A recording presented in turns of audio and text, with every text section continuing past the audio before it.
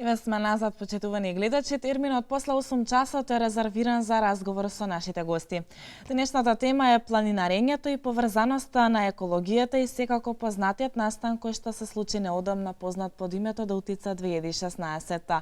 Планинарењето е одлична физичка активност со многу предности за нашето тело. Повеќе за ова ќе разговараме со нашиот денешен гостин Игор Смилев, кој е активен планинар, екологист и еден од организаторите на Аутдор фестивалот Даутица 2016. Добро утро, Игор, и добро ни дојде во нашата утринска емисија. Добро утро и добро ви најдов.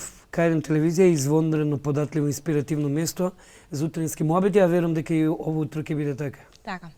Игор Смилев, познат борец за здрава животна средина, влюбен во природата.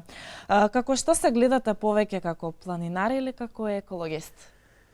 Тоа е прашање кој што во последно време ми го поставуваат на многумина и веројатно да одговорам едноставно 50-50, значи не можем да се оттргнем од минатото, а не можем да заборавам сегашност и претпоставам мојата иднина во планинарењето, односно во рекреативното движење.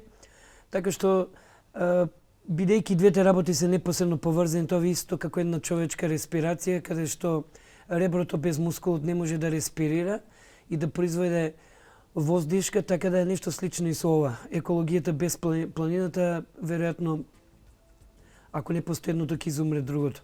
Така што претпоставувам дека и едно и друго е соодветен одговор на вашето прашање. Подеднакво уживам се уште во екологијата како екоактивист и во ливадарењето, планинарењето и лудењето низ планина. Така што седоте го уживам подеднакво двете работи, среќен сум. Така. А што мислите вие, имаме ли здрава животна средина, има ли услови за развој на планинарењето во нашава земја? Услови за здрава животна средина многу треба да работиме, веројатно дефинитивно една од гранките во кои што најмалку се вложува, за жал.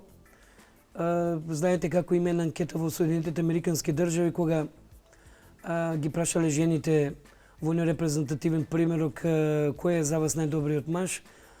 Зачудувачки висок бил процентот на жени кои што одговориле еколошки созрени мажи. Веројатно жените најдобро знаат колку е битна здравата животна средина за раѓањето на нов живот и за одгледувањето на живот и развивањето на здрава единка, нели како идни мајки, како актуелни мајки и така натаму. И веројатно тие најдобро може да дадат одговор на ова прашање. Во однос на планините, ведес беше долго време развивен планинарски центар. Беше центар во кој што се слеваше како крвото од сите страни планинарската елита од Македонија и од Балканот. Така што така беше некаде до 90-тите години. Од 90-тите години, како што беше генерално криза во целото општество, стана криза, особено кој што удри во планинарењето. И планинарењето доведе до физиолошки минимум на граница на преживување. Опстои благодарение на, не знам, на 5 до 6 ентузијасти во градов, кои што се уште се занимаваат претежно со високо горство, планинарство. Ние почнеме да промовираме еден друг концепт на движење на млади низ природа, регрутирање на млад кадар, кој што претпоставувам дека ќе биде иднина на нешто што подоцна ќе биде поангажирано во планините, широм Македонија и на Балканот, а потоа и пошироко. Така, би ве прашала колку време активно се бавите со планинарските прошетки, поточно планинарењето? Вака супер интензивно, 3 години. Да. Тоа супер интензивно подразбира секоја недела без исклучок да заминете некаде или секој викенд.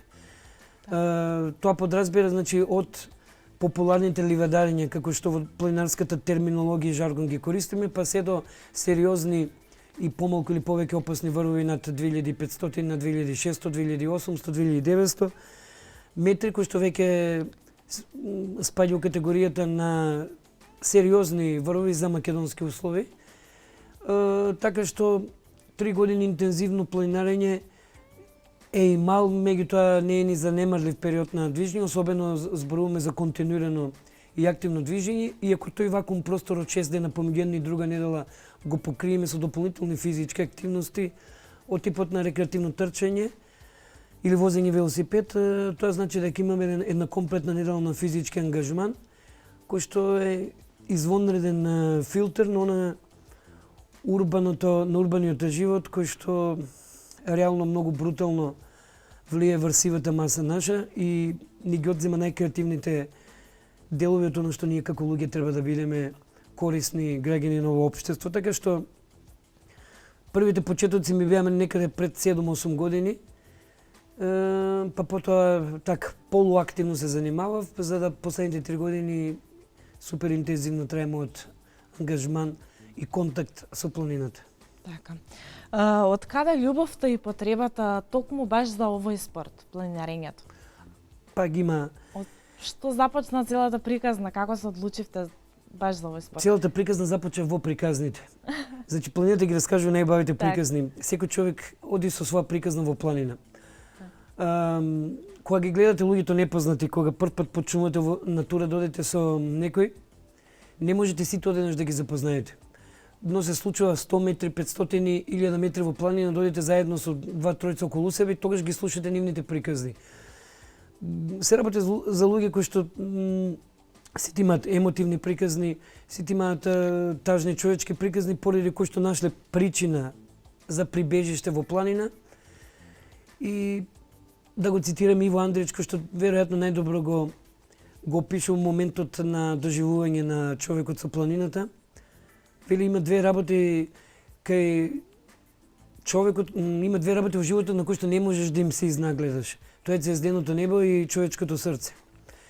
Ѕвезденото небо, особено навечер на оние популарни вечерни ноќни тури или вечерни активности во природа, е нешто неописиво.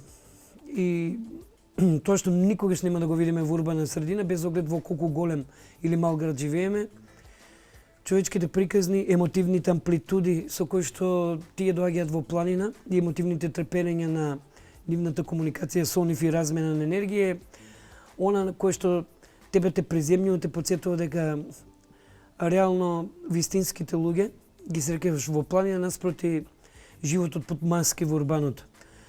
Многу се, да не зборувам за бенефитот од здравствен аспект. Мислам дека и прашање на време кога планинарењето ќе се воведе за задолжителен предмет во основно образование, може би и во средно. И последната анкета, односно последниот информација од експертите што излезе кога кажа дека напиша дека планинарењето е најздравиот спорт кој што го развива менталниот капацитет на човекот и сивите мозочни клетки. И тоа е тоа. Тоа е на кој што ние треба сите да работиме за да го промовираме пошироко планинарењето, односно движењето во планина. Така, многумина не разбираат што значи планинарењето и дека тоа е стил на живот. Всушност, тоа дава повеќе од колку што бара од нас. Планинарењето не прави подобри луѓе и вреди да се вложува во тоа. Вие како долгогодишен планинар, што мислите на сето ова? Одговорот лежи во овие неколку работи кои што ги кажав во претходното прашање. Сега, знаете како е кога ќе видите спокоен или мирен човек околу вас, кој што многу не го допира урбаната шизофренија, тогаш или се занимава со јога или оди во планина, или евентуално вози велосипед, или се занимава со одредена активност во природа. Сега модерно параглайдинг и така натаму, се повеќе луѓето се одаваат на алтернативните извори на туризам, рафтинг, параглайдинг, планинарење, велосипедизам и така натаму. Сите овие активности придонесуваат човекот да го најде својот спокој и мир. Планината е најдобриот учител по јога. Веројатно го билдаш, го гради својот карактер, вложуваш во себе, ти не освоиш планината, туку ти се освојува себе си, качувајќи се по планината. Тоа е она антологиско мото, реплика на Едмунд Хилари, првиот човек на Монт Еверест, и веројатно од таму почнало се. Планинарењето стана моментално, не можем да го наречем спорт, заради тоа што не спаѓа во ниту една категорија и не е дефинирано, туку активност, ке го наречем активност, кој што моментално доживува експанзија. Веројатно тоа се должи на многуте луѓе низ градовите кои што ги мотивираат, се должи на Фејсбукот, на промотивните активности на секој од нас кој што бил во планина, и сето тоа влие врз оној кој што не чита, не гледа за да повторно почне да се развива, да оди во планина. Луѓето кои што ги запознавате таму ви траат цел живот. реално дека контактите кои што ги воспоставите во планина се контакти кои што ви траат цел живот и заедно и за лошо тие луѓе и тие контакти ќе ви се најдат за многу работи во урбаното. И освен здравствениот аспект кој што веќе го напомнавме и милијадници други работи, значи да се справуваш лично, да знаеш кај ти е границата и прагот на твојот карактер и издржливост. И многу интересно е кога ќе почнете да се изненадувате од самите себе си. Ова ли сум јас? Срем волку можам? Мислев дека сум неспособен како што ме третираат тие околу мене и така натаму и долго време растев и се развивав со тој поглед кон светот или со тоа спознание кон себе. И планината многу брзо ќе ви ги сфилтрира вашите карактерни црти и вие се враќате како посилен човек, како покарактерен човек, како поспокоен, посмирен човек, поведар и сето на најдоброто од природата го емитирате во урбаното. Така. Пред малку споменавте повеќе активности, а и верувам дека вие сте биле учесник на сите тие активности кои што ги кажавте. Па ќе ни кажете ли која е разликата помеѓу планинарењето, споменавте рафтинг и параглайдинг, велосипедизам. Има ли разлика помеѓу сите тие активности? Која е разликата да им кажеме на гледачите? Да, има огромна разлика во адреналинското доживување. Ајде да речеме планината е карактерно податлива. Физички податлива, значи ти го тестира карактерот и физичката и менталната издржливост. Адреналинот може би во првите моменти го задоволуваш во моментите кога има, не знам, магла, кога има дожд или кога има лоши временски услови, кога си соочен веројатно самиот со себе и на тие неколкумина околу тебе и на добрата или лошата опрема што имаш. Во однос на овие други активности адреналинот е многу помоќен. Тоа е неверојатно чувство. Адреналинот е составен дел од нашиот организам кој што спие, чека да биде разбуден. Понекогаш што трае цел живот, а понекогаш ние го иницираме доброволно, а некогаш секојдневните случувања во градот го будат. Ова е еден од доброволните начини на будење на адреналинот, како нужност и составен дел од нашиот организам, кој што многу добро влијае понатаму врз работа на срце и така натаму и така натаму. Рафтингот е, знаете, мислам дека CNN излезе со една листа на работи, 10 работи кои што животот мора да ги направите, меѓу другото, од тие 10 5 се овие што ги споменавме: планинарење, хајкинг, значи планинарење или хајкинг, падобранство, рафтинг, параглайдинг и ги имаш уште неколку 4-5 банџи скок, уште 4-5 така зиплайн, не ми ни текнува на другите. Еве сме били на зиплайн, сме били на рафтинг, сме били и на параглайдинг. Значи неверојатно е чувството на адреналин. Ја топло им препорачувам на сите кои што не гледаат, вклучително и вас. Во прва прилика кога ќе ви се укаже, сега и се почесто во Македонија ги организираме рафтинг турите за Натара, популарни се, организираме параглайдинг, има параглайдерски клубови. Така што сега лесно и финансиски достапно лесно, за да се почувствува тој момент, така што неверојатно чувството на доаѓање до платформата на зиплайн, навлегувањето во чамецот, наставањето на кацигата и елекот, настоењето на ивица пред да скокнете со банџи скок. Тоа е неописиво, необјаснимо чувство во македонскиот јазик. Толку убави зборови нема за да го опишам чувството на доживување на тој момент, на правење на активност која што не е својствена за нас луѓето, бидејќи ние сме земни битија, навикнати да одиме по земји и така најдобро функционираме. Секој друг медиум ни е чуден и токму тоа е суштината на адреналинот. Така. Верувам сте имале многу прошетки низ многу планини.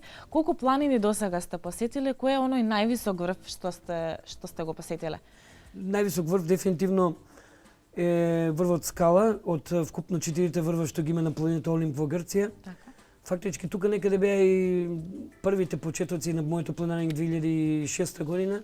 Тоа е некаде околу 2913, не е највисок на Олимп, највисок е Митикас 2918. Многу врвови над 2500 метри во Македонија, скоро сите кои што се над 2500 метри, не знам, ги има преку 20, само шарпланинскиот масив ги има преку 15 над 2500. Значи сите 4-5 најголеми врвови од различни планински масиви во Македонија ги имам качено, тоа ви се Кораб, Пелистер, Солунска глава. Тие ви се сите над 2500 метри и многу врвови на шарпланинскиот масив кои што ви се над 2500 метри. Значи, предизвикот од како еднаш ќе ги искачите, потоа продолжува да биде во вас да ги качувате понатаму, меѓутоа сега кај вас јава и друг момент да почнете да освојувате врвови кои што се поретко освојувани. Така да. И Секако и повисоки и по... Да, и не мора да Да. позахтевни, Да. не мора да значи кој повисок дека е потежок. Така што одиме на варијантата каде што поретко сме биле, каде што другите поретко биле, каде што е потешко да се качи, значи ти треба посоодветна опрема, посоодветен фокус, конкретно карпа, качување по карпа, карпести врвови или нешто слично. Или еве сега ова лето, верувам дека ќе ми се исполни таа желба за највисокиот балкански врв Мусала во Бугарија. Така, токму и тоа сакав и да ве прашам, која е вашата неостварена желба, кој врв во иднина сакате да го посетите доколку имате можност? Доколку имате можност, веројатно, сака што повеќе, но ајде да кажеме, јас сум човек кој што нема високи големи цели, туку целите ги остварува една по една. Так. И заради тоа постојано си задоволен од самиот себе си, заради тоа што со секоја остварена цел си задоволен од тоа што си е постигнал, бидејќи ти била реална. Реално остварлива, значи првично да кажеме, сакам Мусала и Вихрен, тоа се два атрактивни врвови на Балканот, односно во Бугарија. Едното е на Пирин, другиот Мусала е на планината Рила. Мусала е највисокиот, мислам дека беше 2923, може би повисок. У моментов и не ми текнува точната висина, дефинитивно највисок на Балканот. 2 години никако да ми се погоди слободен викенд за да ја реализираме таа тура. Се надевам искрено дека јули, август и Мусала ќе дојде на дневен ред. Да бидам искрен, може би многу екстремно не ме влечат атрактивните европски врвови Монблан, може би Триглав, после Мусала, барем да го заокружиме Балканот со највисоките балкански врвови, а потоа никој не знае каде ќе те однесе животот, авантурата, дали ќе ти се оствари оно што не си го планирал, дали ќе ти се оствари оно што си го планирал. Така што реално одиме чекор по чекор, исто како што е качувањето на планината. Понекогаш чекорот ти трае 10 минути, а понекогаш со половина чекор си на врвот.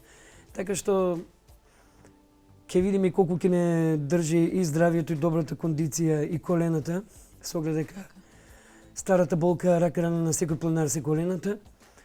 Па ќе видиме, ќе одиме чекор по чекор, се надевам дека во некој следно гостување ќе ви кажам за нов освоен врв. Така.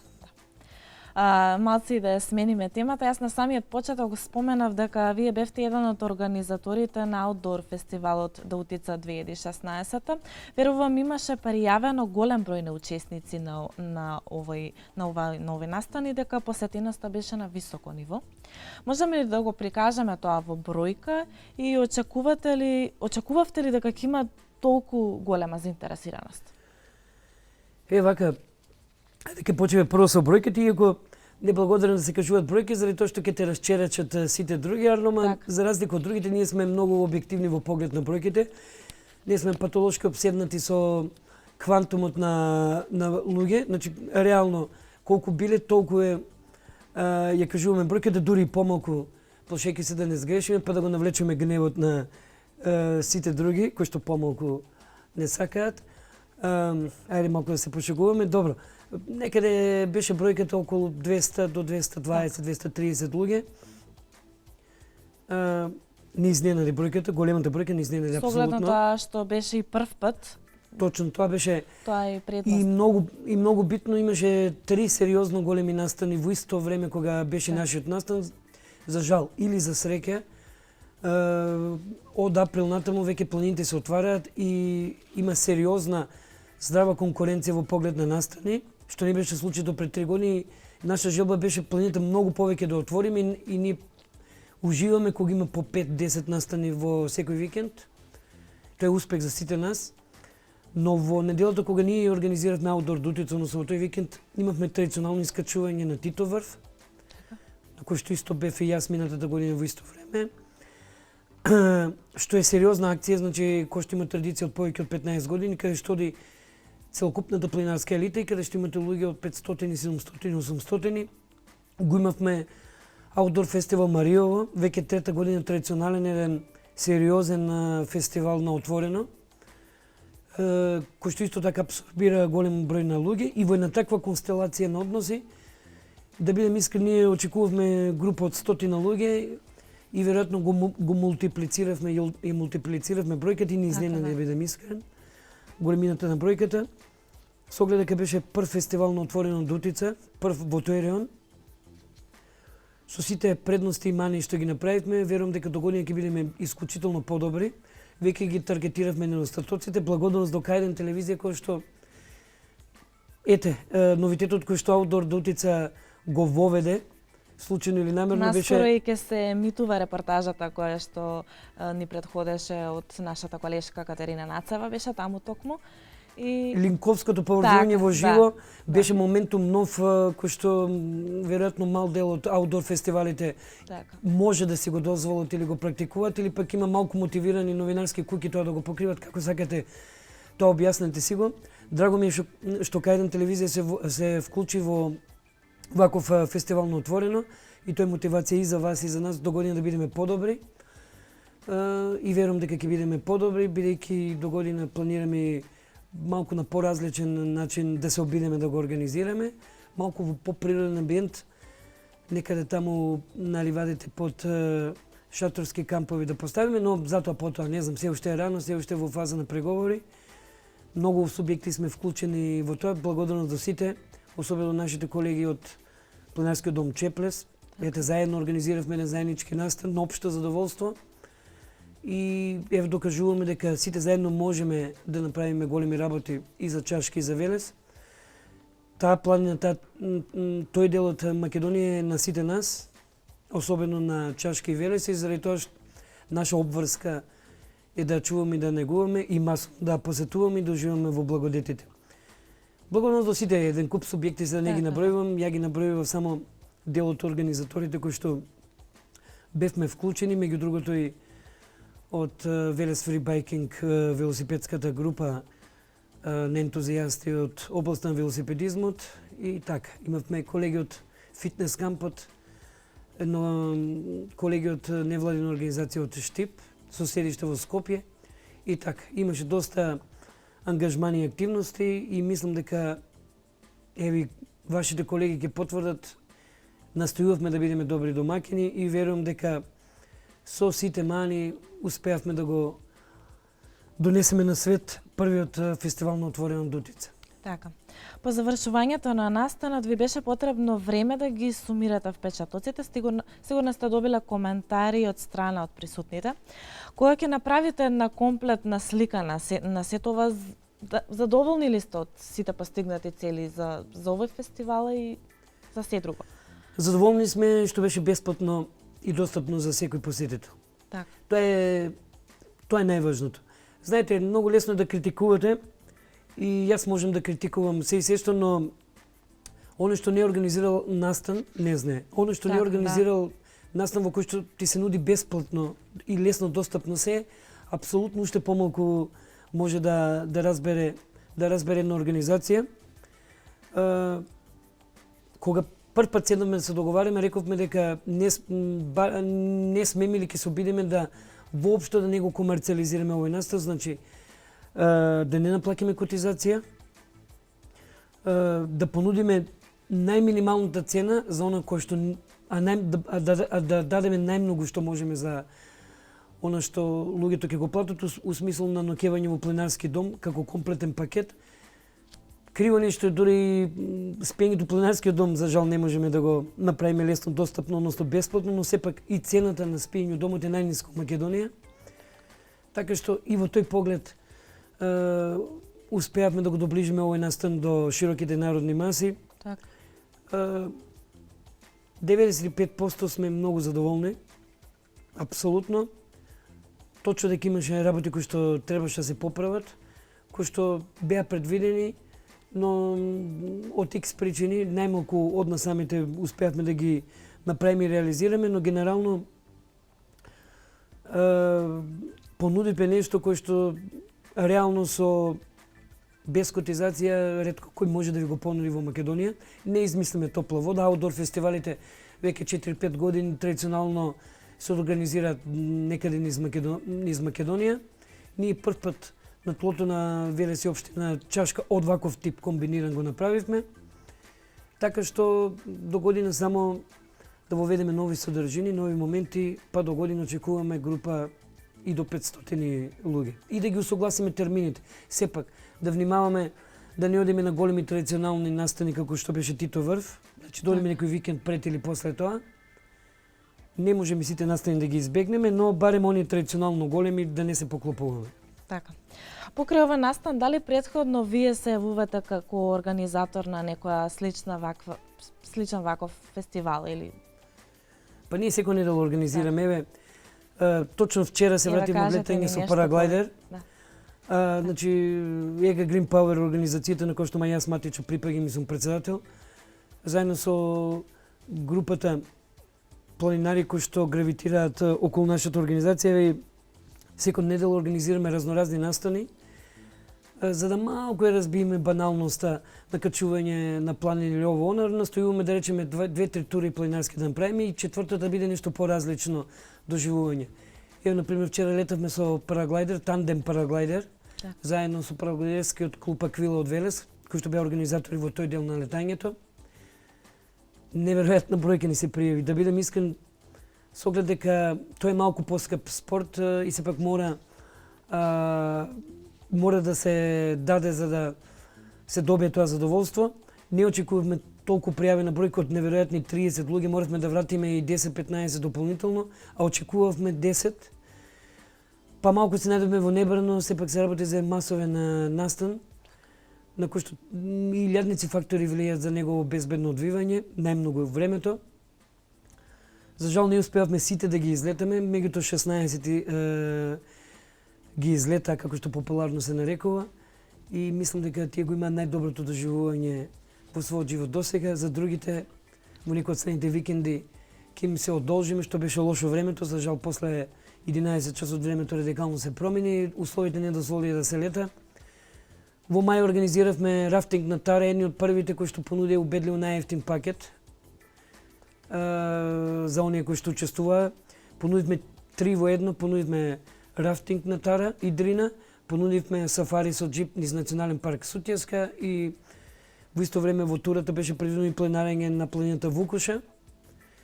Тоа беа 4 ноќевања, 5 дена и ретко кој може да ви понуди таков пакет на услуги за таа цена што понудивме. Не знам, зиплайн организиравме исто така, најголемиот зиплайн во Европа беше на Ибарската магистрала на Црна Гора на враќање од рафтингот на Тара. Тоа е неверојатно адреналинско доживување, значи летање по жица, вие сте сами на жицата закачени на висина од 300 метри, должина од 1 километар и поминувате од еден крај до друг. Вака најпластично да го објаснам. Еве сега во сабота организираме, сега оваа сабота се приклучуваме на организацијата на пленарскиот дом Караджица на журка на Бегово поле. Че најголемата ливада во Македонија, концерт во живо на бенд на квинтет бенд од 5 луѓе, концерт во живо на Бегово поле на 2000 метри. Ние организираме пленарска тура од Горно Еболчиште. Еве сите заинтересирани нека не контактираат. Значи секоја недела организираме, така што списокот, односно листата на настани е многу долг. Така. Не можам сите да ги опфатам. Генерално секоја недела организираме планинарска или било каква тура. Така. Еве вие како поискусен планинар, а воедно и екологист, да напоменам, што би им препорачале вие на нашите гледачи кои што сакаат да се запознаат со убавините на планината, а воедно и на природата секако. Да, како поискусен екологист, планинари, така и така, да не ми замерат искусните планинари, ги има многу поискусни од мене и фала им што постојат, бидејќи кога имаш од кого да учиш, си посреќен. Тоа ми беше одговорот на прашањето, значи имаат од кого да учат сите идни влюбеници во планината. Ние кога почувавме, и оние пред нас кога почува, бројката се сведуваше само на 23 кои што реално не можеше да ги најдеш. Сега е многу полесна работата, само треба да се има желба. Буквално секоја недела се организира настан и од наша страна, и од страна на нашите колеги од Чеплес, и од многумина други клубови широм Македонија. Само треба да не контактираат, да изразат желба да бидат минимум физички подготвени и ништо повеќе од тоа. За се друго, тука сме ние, ќе ги мотивираме, ќе ги научиме што е најдобро, зошто е најдобро да одберат да се занимаваат со движење низ планина. Реално, карактерот кој што ги изградиш во планина, во многу што ќе ти влијае и врз твојот работен ангажман потоа и во урбаната цивилизација. И тоа е најголемата придобивка која што најпластично можем на вашите гледачи да им ја објаснам. И планината е најдобар скенер.